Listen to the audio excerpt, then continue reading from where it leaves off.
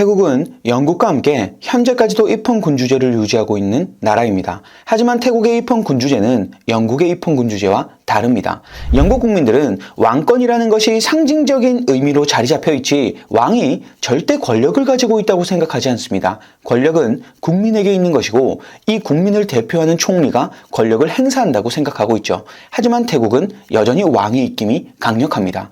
태국 곳곳에 국왕사진이 걸려 있는데 그 사진의 손가락질만 해도 왕실 모욕죄로 잡혀갑니다. 국왕의 얼굴이 그려진 지폐를 훼손하거나 구기는 것 또한 왕실 모욕죄에 해당되고 국왕을 비판하는 목소리를 내면 법원에서 징역 10년, 20년을 때려버리는 무소불위의 권력을 휘두를 수 있는 나라가 아직도 존재한다는 것이 믿기지 않을 정도입니다. 왕실 모욕죄는 태국 헌법에도 명시되어 있습니다. 굉장히 충격적이죠. 태국 형법 112조를 보면 왕실의 구성원 또는 업적을 모독하거나 왕가에 대한 부정적 묘사 등을 하는 경우 최대 15년의 징역에 처한다. 우리나라로 치면 거의 중범죄라고 볼 수 있습니다. 왕도 국민들과 똑같이 잘못을 저지르거나 불법을 저지르면 처벌을 받아야 마땅하지만 그 어떤 사람도 비난하거나 고발할 수 없는 존재가 바로 왕인 겁니다. 거의 무적이죠.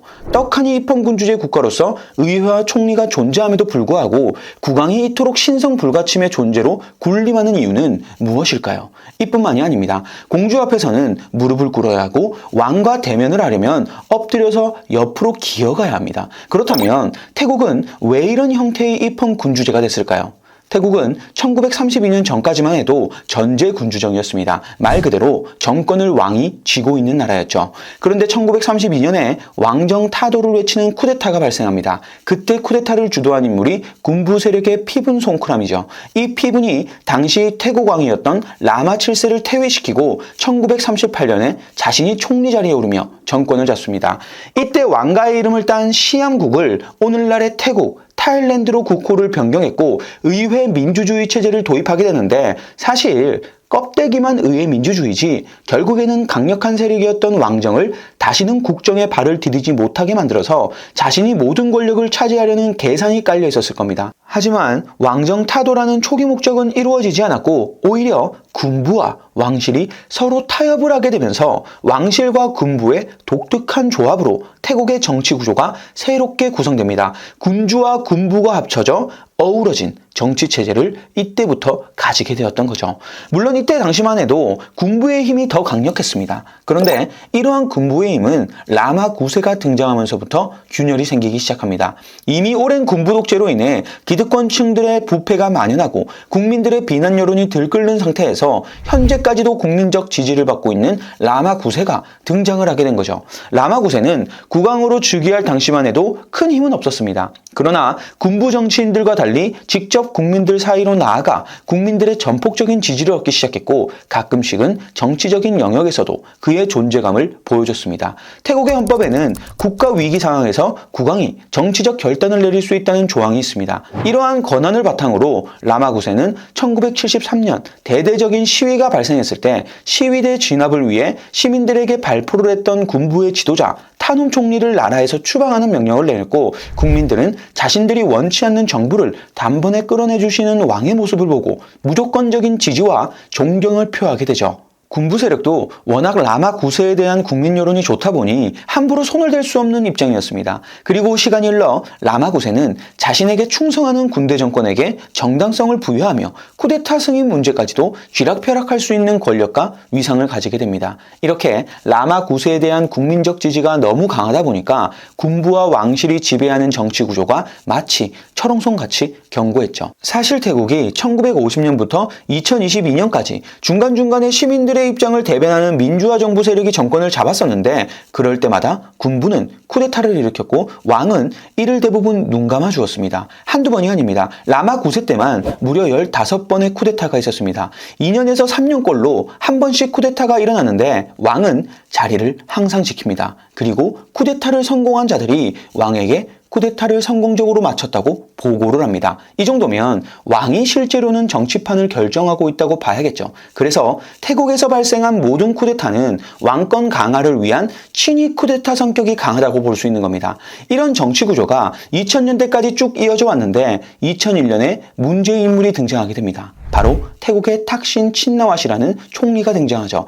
탁신 친나왓은 군부가 아닌 기업인 출신입니다. 그는 2001년 총리에 선출된 후 태국이 IMF 구제금융체제에서 빠르게 빠져나올 수 있도록 이끌면서 대중의 지지를 받는데 왕실에 대한 힘을 줄여야 한다는 말을 주창하다가 2006년에 군부 세력이 쿠데타를 일으키며 정권을 잡아서 탁신에게 입국 금지 조치 명령을 내려버립니다. 그렇게 군부의 쿠데타로 탁신이 물러났지만 당시 워낙 탁신이 인기가 많다 보니 2007년 총선에서 탁신 동생의 남편인 솜차이 웜사왓이 총리로 선출되었죠. 군부 세력들 가만히 있겠습니까? 솜차이에게 정치활동 금지 명령을 내려버립니다. 그렇게 2011년에 또 총선을 하는데 이번엔 동생 잉랏 칭나왓이 총리 자리에 오릅니다. 그래서 2014년에 쿠데타를 또 일으켜서 뿌라윳 짜노차가 총리가 된 겁니다. 이런 과정을 본다면 사실상 모든 정부 기관을 군부가 장악하고 있다고 봐도 무방할 겁니다. 그리고 뿌라윳 총리가 탁신계 출신의 정치인들이 우리 왕정과 군부를 약화시키려 한다는 명분을 가지고 아예 민간 후보들이 총리에 선출되기 어렵게 법을 바꿔버립니다. 태국의 의회는 상원 250명, 하원 500명으로 구성되어 있는데요. 이 중 과반수인 376명 이상의 동의를 얻어야 총리로 선출됩니다. 그런데 이 상원 250석을 전원 군부가 지명할 수 있게 개헌을 합니다. 물론 한시적인 개헌이었지만 그 결과로 2014년 이 법률이 생긴 후 총리는 모두 군부 출신으로 채워집니다. 그런데 이런 정치 형태가 라마 9세 때까지는 견고하게 유지가 됐는데 다음 왕인 라마 10세에 이르러 민심이 나락을 갖게 됩니다. 왕의 품위는 이미 버린 지 오래입니다. 결혼과 이혼의 반복은 기본이고 후궁도 여럿 있습니다. 태국 국민들은 굶주리고 있는데 자신의 반려견 생일 파티는 성대하게 열어버리는 기행을 보이고 온몸에 문신을 하고 거리를 활보하는데 도저히 이해할 수 없는 행동들을 계속해서 하니 태국 국민들 분노가 차오를 수밖에 없을 겁니다. 분노한 시민들은 대규모 반정부 시위를 일으키고 정부뿐만 아니라 여태껏 성역화되어 있던 왕실도 질타하는 여론이 형성되기 시작합니다. 이때 반군부, 반왕정, 민주화를 내세우며 떠오르는 인물이 등장하는데 그게 바로 타나톤이었죠. 결과는 어땠을까요? 헌법재판소에서 타나톤의 의원 자격을 박탈하고 그의 당인 퓨처 포워드 당을 해산시켜버립니다. 그리고 2020년 우리가 너무나 잘 알고 있는 쓰리 핑거스, 태국의 민주화 시위가 본격적으로 시작된 겁니다. 그리고 퓨처 포워드 당의 뒤를 이은 피차 림짜린랏의 전진당이 창단되는데 2023년 태국 총선에서 이 피타의 전진당이 젊은 연령층의 전폭적인 지지를 받으며 총 152석을 얻으며 제1당에 오르게 되고 탁신계는 141석으로 2위를 차지하게 됩니다. 군부 정당들은 사실상 참패했다고 볼 수 있죠. 이제 피타가 총리가 되기 위해서는 군부가 개정한 총리 선출 투표를 통과해야 합니다. 그런데 피타가 개혁하려는 것들이 기득권 세력들 입장에서는 굉장히 불편하겠죠. 그래도 군부 정권에 대한 대중들의 인기가 완전히 식은 가운데 전진당의 피타가 총리가 될 수 있었을까요? 결과는 안 봐도 비디오입니다.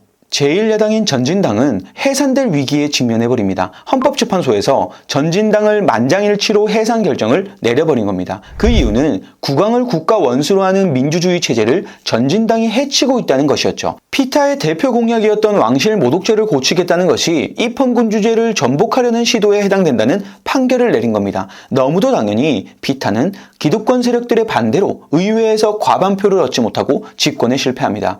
과연 군부와 왕실이 합쳐진 태국의 정치 구조가 근본적으로 바뀔 수 있을까요? 태국 국민들 사이에서도 민주주의에 대한 열망과 정치적 참여에 대한 요구가 점점 커지고 있습니다. 태국 국민들의 이러한 염원이 얼마나 큰 파동을 일으킬지 귀추가 주목됩니다. 영상 시청해주셔서 감사합니다.